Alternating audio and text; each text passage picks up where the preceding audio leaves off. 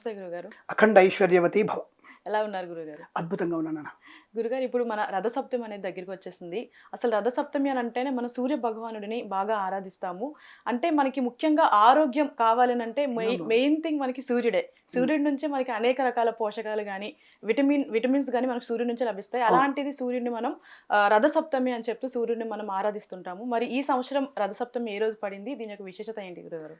మంచిగా అసలు కొన్ని విషయాలు నీకు అంటే అనేక గురువుల దగ్గరికి వెళ్ళి పెద్దవాళ్ళ దగ్గరికి వెళ్ళి బాగా తెలుసుకున్న విషయాన్ని అవగాహన బాగా ఉంది దగ్గర. ఎందుకంటే ఆరోగ్యాన్ని ఇచ్చేవాడే భాస్కరుడు అని నువ్వే చెప్తున్నావు. అది నిజం. అది ఆరోగ్యం భాస్కర ఆదిత్యేత్. మీరు ఇప్పుడు ఒకప్పుడు అందరూ కూడా ఈ డాక్టర్లు అందరూ చెప్తున్న వాళ్ళందరూ కూడా వైటమిన్ బి లేదు, విటమిన్ డి లేదు, మీ దాంట్లో రక్తకణాలు లేవు, ఎర్ర రక్తకణాలు తగ్గినాయి, మీరు కాసేపు ఒక 10 మినిట్స్ అయినా సరే మీరు చేయని కనీసం చెయ్యైనా బయట పెట్టండి, ఎండలో పెట్టండి అని చెప్తుంటారు ఈ మధ్య. అవునవును. సో జస్ట్ ఒక 20 years బ్యాక్ ఇటువంటి ఆయుర్వేద సంబంధమైనటువంటి జ్యోతిర్వైద్యులు కానీ, జ్యోతిష్య పండితులు కానీ, మన గ్రంథాలు ఉన్నటువంటి సనాతన గ్రంథాలు ఉన్న విషయం కానీ చెప్తే అందరూ నవ్వేవాళ్ళు. ఇది కొద్దిగా మెంటల్ అనుకుంటా, సూర్యుని చూస్తే మనకి రోగం తగ్గడం ఏంటి అంటే అప్పుడు చెప్పేవాళ్ళు మనవాడు. కిరణజన్య సంయోగ క్రియ అనేది మీరు వినే ఉంటారు మీరు చదువుకున్నప్పుడు. అంటే మా సైన్స్లో మేము చదువుకున్నప్పుడు బయాలజీలో ఉండేది. మాకు బయాలజీలో కిరణజన్య సంయోగ క్రియ అని ఒకటి ఉండేది. సూర్యుడి యొక్క కాంతి వల్ల వృక్షం మొక్క ఎలా పెరుగుతుంది అనేది మాకు ఒక పాఠం ఉంది దాంట్లో. అరే మేము చెప్పేది అరే ఇంత కరెక్టే కదా విషయం. మరి సూర్యుని వల్లనే ఉత్పన్నమవుతున్నటువంటి అంటే ఉద్భవించి ఉత్పన్నమవుతుంది అది. మరి అలాంటి దాన్ని భగవంతుడు ఇచ్చిన సాక్షాత్తుగా దివాకరుడినటువంటి ఆరోగ్యాన్ని మనం స్వీకరించలేకపోతున్నాం అని చెప్పేసి ఈ మధ్య మీరందరూ కూడా సోలార్ దీన్ని తీసుకోవడం, ఎగ్జిట్ తీసుకోవడం అని చెప్తున్నారు కదా. అది అంతకు ముందే ఉంది. బ్రహ్మాస్త్ర వరుణాస్త్రాలు ఉన్నాయి కొన్ని మీకు. ఈ బ్రహ్మ వరుణాస్త్రాలన్నీ కూడా మీకు ఆగ్నేయాస్త్రం కూడా సూర్యుని కాంతిలోనే వస్తాయి. ఇప్పుడు బ్రహ్మోత్సవ క్షిపణి పంపించాం కదా, అది కేవలం అగ్ని సంబంధమైనటువంటి వరుణ యంత్రం, అది యంత్రం మీద ఆగ్నేయ యంత్రం అంటారు దాన్ని. సో కాబట్టి అనాది కాలం వచ్చినటువంటి విషయాన్ని మనం ఇప్పుడు చూస్తున్నారు. అప్పుడు అనేవాళ్ళు ఎంటారావు బాణం వేస్తే కాంతారావు బాణం వేస్తే రెండు వచ్చి కొట్టుకొని పడిపోతుందని చెప్పారు. మరి ఇప్పుడు బాలిస్టిక్ క్షిపణి అంటున్నారు కదా, బాలిస్టిక్ క్షిపణి ఇక్కడ మనం హైదరాబాద్ వదిలిపెడితే అది కరెక్ట్ పాకిస్తాన్లో పడుతూ పోయేది. అవునవును. అంటే ఇప్పుడేమో టెక్నాలజీయా, అప్పుడు దాన్ని మాత్రమేమో స్టోరీ ఎంజాయ్మెంట్ కోసం చేశారంటారు. ఎలా దీన్ని ఒకసారి ఆలోచించండి. ఎప్పుడైతే ఎన్ రామారావు బాణాలు వేసేప్పుడు ఉన్నటువంటి విధానం ఉందో ఇప్పుడు అదే విధానం కూడా ఉంది. పైన ఇప్పుడు ఉక్రెయిన్ వాడు రష్యా వాడు బాణాలు అట్లాగే ఉన్నాయి, బాంబులు అట్లాగే ఉన్నాయి, రెండు పైన కొట్టుకుంటున్నాయి. కాబట్టి మనం చూస్తున్నాం. కాబట్టి శాస్త్రం ఎప్పుడు కూడా తప్పు చెప్పదు. అయితే ఎందుకు చెప్పలేదండి అప్పుడు అంటే అనేక రకాల కారణాలు. అంటే చెడ్డవాడి చేతుల్లో ఈ ఆయుధాలు పడితే ప్రమాదం కాబట్టి చెప్పరు వాళ్ళు. సరే, ప్రస్తుతాంశంలో దివాకరుడు గురించి అంటే మనం రథసప్తమిలో ఉన్నాం కాబట్టి ఈ రథసప్తమి రోజు మనకి ఈ రోజున ఈ నెలలో అంటే ఫిబ్రవరి 4వ తేదీ మంగళవారం రోజున మనకి రథసప్తమి వచ్చింది. మనకి ఈ రథసప్తమి రోజున మీరు తప్పకుండా రథాన్ని తయారు చేసుకోవాలి. సూర్య భగవాన్ యొక్క అంటే ఆయన యొక్క రూపం ఎట్లంటే 7 గుర్రాలతో వస్తాడు ఆయన. సప్తాశ్వరూఢుడు అంటారు ఆయన. ఆ 7 గుర్రాలు వ్యక్తిని మనం కూడా సూర్య భగవానికి 7 గుర్రాలకు తయారు చేసి, అంటే చిక్కుడు ఉంటాయి కదా, చిక్కుడు కాయలు ఉంటాయి కదా, ఆ చిక్కుడు కాయల్ని రథాలా చేసి గుర్రాలా చేసి శుభ్రంగా పుల్లలతో కట్టేసి మనం రథాలా తయారు చేసుకోవచ్చు. ఆ చిక్కుడు కాయలతో చేసినటువంటి రథమే ఆయనకి ప్రీతి. ఎందుకు? ఆయనకి ఆ పదార్థం అంటే ఇష్టం. చిక్కుడు కాయలు, గోధుమలు ఆయనకి చాలా బీరకాయలతో కూడా చేస్తారు అనుకుంటారు. బీరకాయలు అనేది దొరకపోతే ఏం చేస్తారు, ఇక పెడతారు, కొంతమంది పొట్టకాయలు కూడా పెడతారు. కాబట్టి చిక్కుడుకాయ ప్రధానమైంది. అందుకే ఆ రోజున మీరు తప్పకుండా స్నానం చేసే విశేషం ఏంటంటే తెల్ల జిల్లేడాకు కళ్ళలో పడకుండా తెల్ల జిల్లాకు తెచ్చుకొని కడుక్కొని శుభ్రంగా తల మీద పెట్టుకొని నా గంగాయిరమ గంగాయిరమ గంగాయిరం అంటూ స్నానం తల మీద పోసుకోవాలి. తెల్ల జిల్లేడు ఆకు ఆ తల మీద పెట్టుకొని తలంటు పోసుకోవాలి ఖచ్చితంగా. అలా పోసుకోవడం వల్ల సమస్తమైనటువంటి శారీరక రోగాలు తగ్గిపోతాయి. చిక్కుడు ఆకులతో కూడా స్నానం చేయాలి. అందులో కాస్త తెల్ల నువ్వులు వేసుకోవాలి. అలా స్నానం చేసుకోవడం వల్ల ప్రయోజనం బాగా ఉంటుంది, ఆరోగ్యాన్ని పొందుకునే అవకాశం ఉంటుంది. అలా చిక్కుడు రథం చేసేసి ఆయన కలిసి స్థాపనతో మనకి సూర్యభగవాన్ కూడా సత్యనారాయణ సంవ్రతంలాగానే ఆయనకి నవగ్రహాలను పూజించి ఆయన కథ కూడా ఉంది ఒకటి.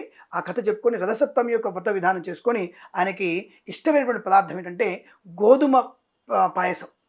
గోధుమలతో చేసిన పాయసం ఆయనకి ఎక్కువ ఇష్టం ఉంటుంది. అది తప్పకుండా పెట్టే ప్రయత్నం చేయాలి. అలాగే స్వామివారికి ఆవు పాల మీగడ పెరుగు, ఆవు పాల నైవేద్యము ఇవి పెట్టడం కూడా ఆయనకి చాలా విశేషమైనటువంటి ప్రతిఫలాన్ని పొందుకునే అవకాశం ఉంటుంది. కాబట్టి 4వ తేదీ ఎవరెవరైతే ఆరోగ్య ప్రాప్తి కొరకు, ఎవరెవరైతే చైతన్య స్థితి కొరకు. చైతన్యం అంటే ఏమిటి?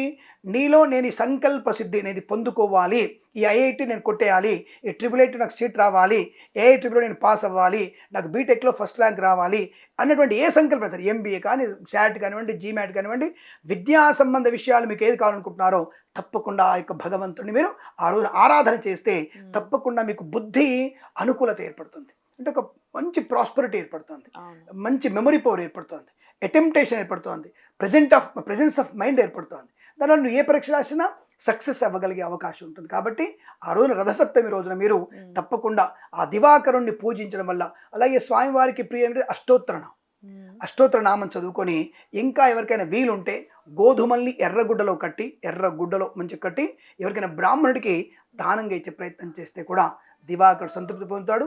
అదే రోజున మీకు వీలైతే సూర్య నమస్కారాలు చేసుకోవడం, అంటే యోగా సంబంధించిన సూర్య నమస్కారాలు చేసుకోవడం, అలాగే ఇంకా వీలైతే సౌర మంత్రాలు ఉంటాయి, అరుణ మంత్రాలు, సౌర మంత్రాలు ఉంటాయి, వాటితో హోమం చేసుకుంటే ఇంకా విశేషమైనటువంటి ఫలితాన్ని పొందుకునే అవకాశం ఉంటుంది. కాబట్టి 4/2/2025 మంగళవారం రోజు మనకి విశేషంగా అశ్విని నక్షత్రంతో వచ్చింది అనుకుంటా నేను.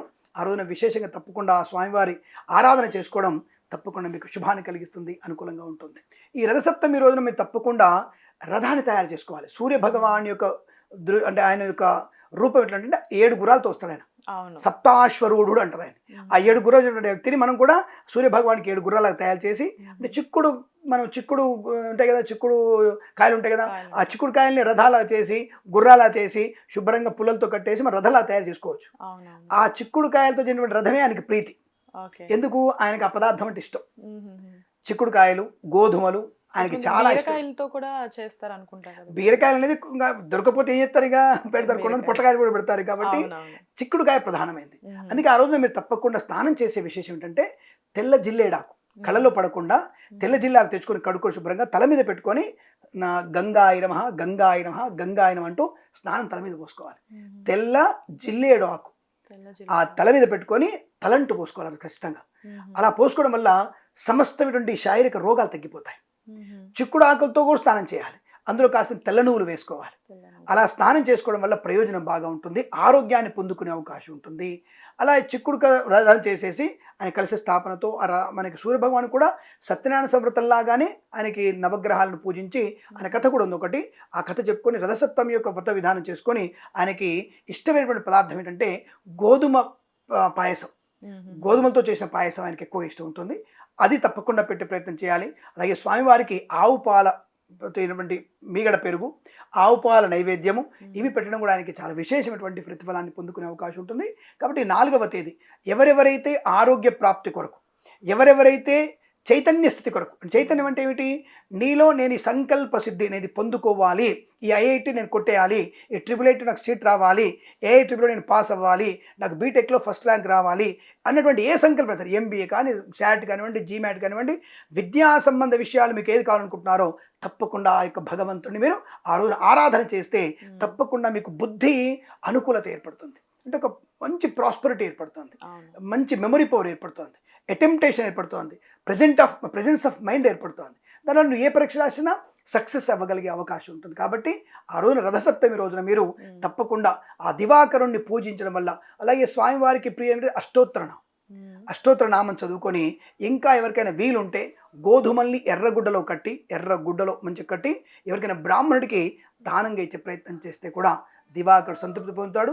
అదే రోజున మీకు వీలైతే సూర్య నమస్కారాలు చేసుకోవడం, అంటే యోగా సంబంధించిన సూర్య నమస్కారాలు చేసుకోవడం, అలాగే ఇంకా వీలైతే సౌర మంత్రాలు ఉంటాయి, అరుణ మంత్రాలు, సౌర మంత్రాలు ఉంటాయి, వాటితో హోమం చేసుకుంటే ఇంకా విశేషమైనటువంటి ఫలితాన్ని పొందుకునే అవకాశం ఉంటుంది. కాబట్టి 4/2/2025 మంగళవారం రోజు మనకి విశేషంగా అశ్విని నక్షత్రంతో వచ్చింది అనుకుంటా నేను. ఆ రోజున విశేషంగా తప్పకుండా స్వామివారి ఆరాధన చేసుకోవడం తప్పకుండా మీకు శుభాన్ని కలిగిస్తుంది, అనుకూలంగా ఉంటుంది. ధన్యవాదాలు గురుగారు. సమస్త సన్మంగళాని భవంతు. అష్టైశ్వర సిద్ధిరస్తు.